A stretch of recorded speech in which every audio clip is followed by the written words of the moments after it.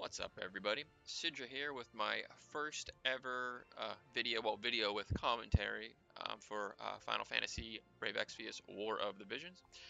So for those of you who don't know me, I used to do a lot of character analysis for the City of Final Fantasy Opera Omnia, which is the last gacha that I played. I've moved on to this one in terms of, just really enjoying it. It's got a little bit of a competitive itch that I can scratch that didn't really in the Cydia, and I absolutely love like the depth and customization available. And this is going to be the first in my Sidra's Unloved series, where I talk about a little bit about a unit who maybe didn't get pulled that much, or isn't that popular. You don't see them a lot in arena or guild battles, but I think is a really interesting unit. And I'm going to start off with my girl Miranda. Um, so I actually play two accounts in this game, a main and an alt. Miranda's on my alt. She's literally the reason that I started my alt, because I looked at her kit and I absolutely loved it, but I just didn't have the resources on my main to pull her. So I'm like, you know what? I literally went back to one of my old rerolls, got on that account, and nabbed Miranda. Been absolutely loving her ever since. I'm in a Platinum 1 guild, and she's competitive, even though like my team, it's the vision levels, the vision card levels are a little less, the Esper card levels are a little less, so it's comparatively weaker in terms of that types of stuff than a lot of the competition. But my alt still definitely holds its own and has for a while, and Miranda is one of the big reasons why she hasn't left my team since she got on it. So let's talk a little bit about her. So she's a mage type unit. She's a red mage main, but she also has time mage and paladin.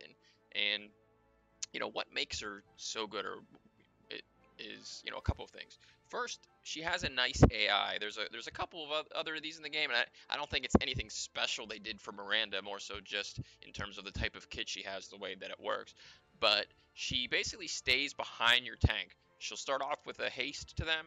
She'll give them a quicken after that, so she's not running out in front and getting herself killed like somebody like Medina, might do. And then, but she does prioritize damage. So whenever somebody does get in range, and she can move 3 and jamming thrust, her main damage ability is 5. So anybody's 8 spaces away, she will pop them. But at the end of the day, she has one of those nice AIs that allows her to support properly, stay behind a tank, so she's generally keeping pretty safe, but then output that damage when it arises. So first reason that she's good, I think, is a nice AI. Second reason, jamming thrust. Jamming thrust is, in my opinion, one of the top abilities in the game. Top maybe 2, 3 in terms of active abilities. It hits hard. It has range 5. It uses your magic attack, but it's instant. It also can cancel if you get lucky and catch a Ayaka in a full life or something. It'll cancel a spell, but that tends to be more rare. Just in terms of the damage potential of it with the range. And it's coming on mages who generally are locked and loaded with AP, right? They don't need to build it like a melee does. So, they can keep using it. They don't run out nearly as quickly. I know me, the other thing is enemies. There's a whole lot more defense and anti-slash or anti-range than there is anti-magic in the game. People's defenses are generally built to be higher than their spirit, so it does pretty consistent damage. The way I have my Miranda built, even at top levels of competition, I mean it's ranging 2,500 on the low end to 4,000 on the high end, short of attacking something that's specifically countering magic damage. It hits hard, which is nice. But she brings that damage in one of those best skills with a really nice utility kit. Haste is obviously always useful.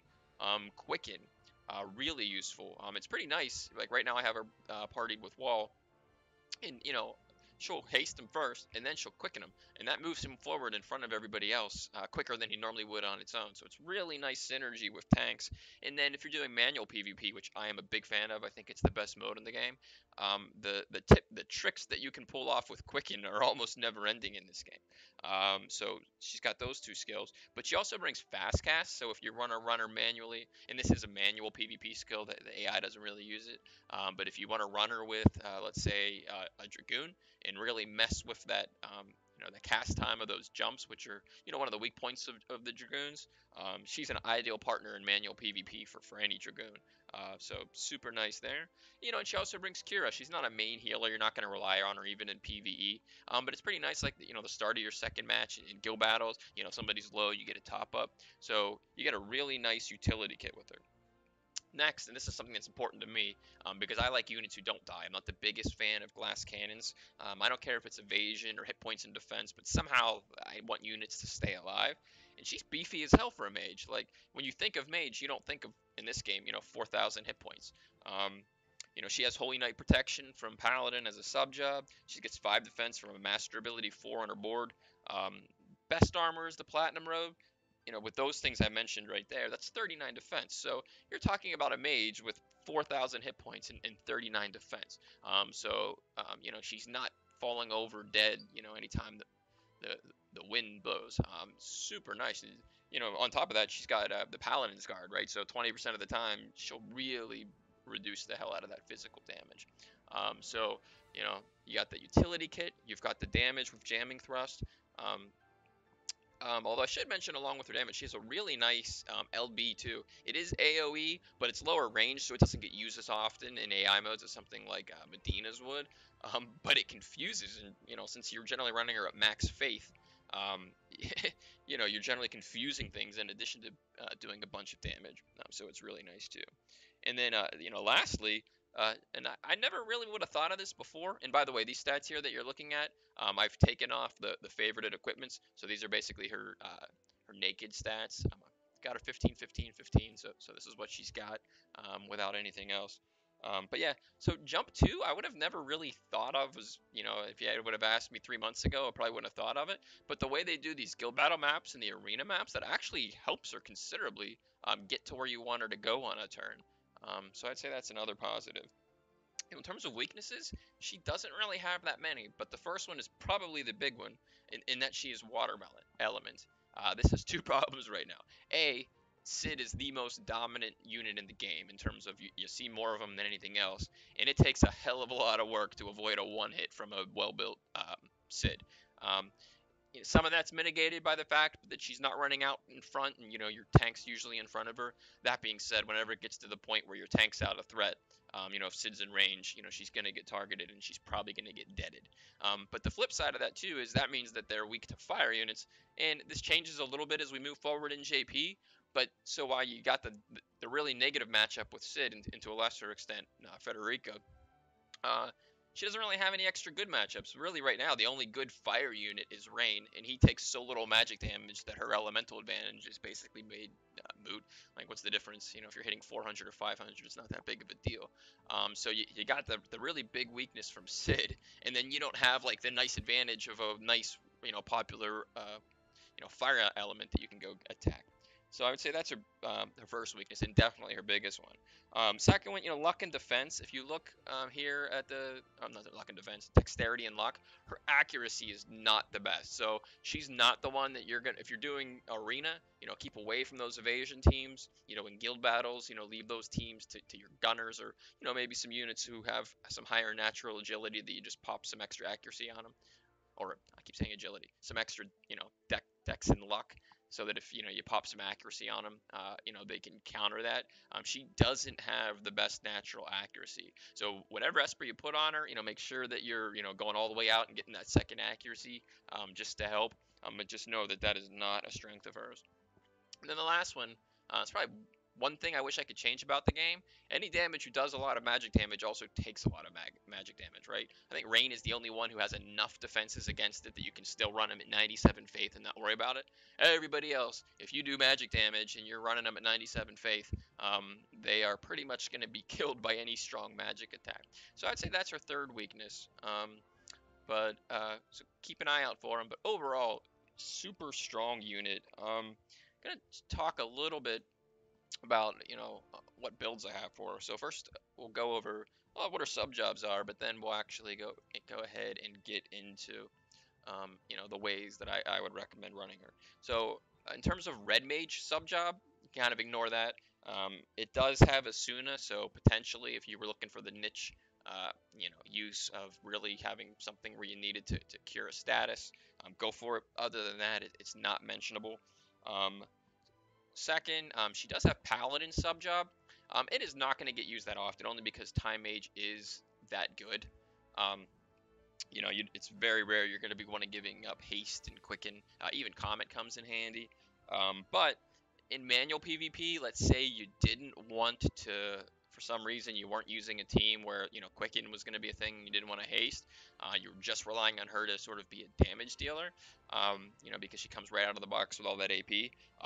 Sentinel is super nice in that situation. I played her like this for a while because you can move her forward, pop Sentinel, and you're not worried about dying or even taking considerable damage in a counterattack. It puts the enemy in a bad position.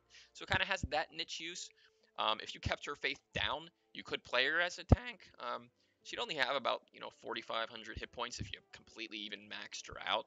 I like my tanks to have more than that, but because she has all of that AP to start with, she's a nice user of Taunting Blade, so she'd do a good job doing that. But at the end of the day, there are better tanks. I mean, you could sort of do that if you wanted, but literally the one that matters the most, it's going to be Time Mage. It gives you haste, it gives you quicken, it gives you comets. You have a lower AP attack you can use occasionally when it makes sense. So this is my most common Miranda build. This is the one that I run the most. Now keep in mind, I have Shiva here as the Esper only because that's how I have been running her. I just nabbed Diablos. Diablos is an upgrade, so when you see Shiva there, you can just be like, well, upgrade to Diablos. The great thing about Diablos is you can either get more offensive stats, so there's more magic and more magic attack than Shiva gives, so you can have her doing more damage, or you can pare down the damage a little bit, and Diablos has slash resist. Shiva's pierce resist, which is much less useful. So you could either pare down that, you could either make the damage about the same as what you had with Shiva while giving slash resist, or you could just ignore the slash resist and go all out on the damage. So here's my most common build for Miranda. This is my generally favorite one. Sleep Blade +2 being the best weapon. It has the most magic at 126, so it has more than a magic Nagnarok. And it has a little, we're talking small numbers here, but it also has a little more accuracy and crit than the Nagnarok does too. That one built for magic. You don't have to worry about the slash attack. She's not using slash attack. She's using magic attack. So you don't need for a +5. Just get a plus whatever that you can and cap out that magic. Got a great weapon for her. The best armor for her, Platinum Robe +2, 18 defense, 4 spirit, 478 hit points. I need to fix this thing. I don't like this -7 act on her, but I've short on the materials kind of to fix that at the moment, so I'm running with it.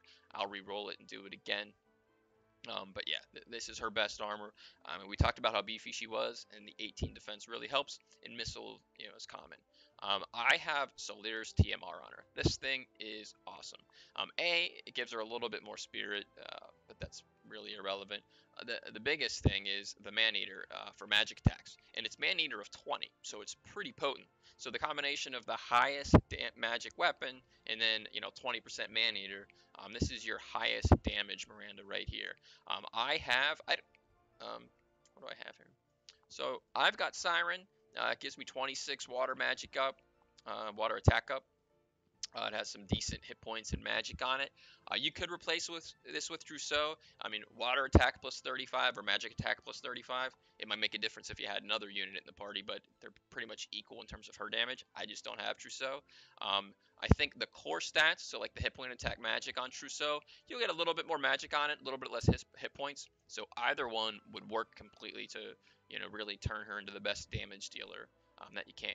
But obviously that's a bit niche in that Solir's TMR is not particularly common. So here's another option you could do here. Notice we still got most of the things the same, but I've got our own TMR on her in this case. It doesn't have 18 defense, it has 10, so you're losing 8 defense compared to the platinum armor, but you get the elegant encouragement, which in essence it's an AoE buff that she'll do, that's going to give magic attack up and slash attack up. So, and she can generally move in range of the tank, who's usually using slash, and then they both got a nice 3-turn offensive buff going. So it's still really nice. It has a bulk of hit points, 482, so she's not giving up hit points to do it. But what it does is it allows you to sort of fix her accuracy issue too, right? So you can now put an Alex ring on her, help her accuracy out a little bit. In addition, you've got the 5 resist that it brings to the table, so you're kind of counterbalancing the loss of defense. And then lastly, kind of another option here, and I have the weapon blank in this case because I don't have it. But if you happen to have, what's his name? Fire Mage, red guy. Hold on, let me go get his name for you here real quick. Adelard, never mind. His name is Adelard. So Adelard has a magic-based sword. It has 15 magic attack on it. The core magic is less than the sleep blade, but it makes up for it with the 15 magic attack, which is pretty nice. And then if you do that, you have the option of again using the defense, so you still can put a platinum robe in that case, or a platinum robe in that case, and the Alex ring. So this in essence has the most defenses. You're not giving up that much damage compared to like the Sleep Blade Salir, and you're getting accuracy as well. So that's another option. So that's 3 builds for. Those are ones that I like. Obviously, when it comes to Espers or Vision cards, you can always put more defenses on there. I'm comfortable with her natural defense though. I think that she has enough where it's just not needed. And so, I kind of use those slots to up her offense. So that's it. That's kind of what I think Miranda. That's kind of some information about her. Hey, if you liked the video, like it. I'm going to be doing another one of these here shortly with another one of my favorite units. And, hopefully keep doing them. So thanks, everybody. Have a good day.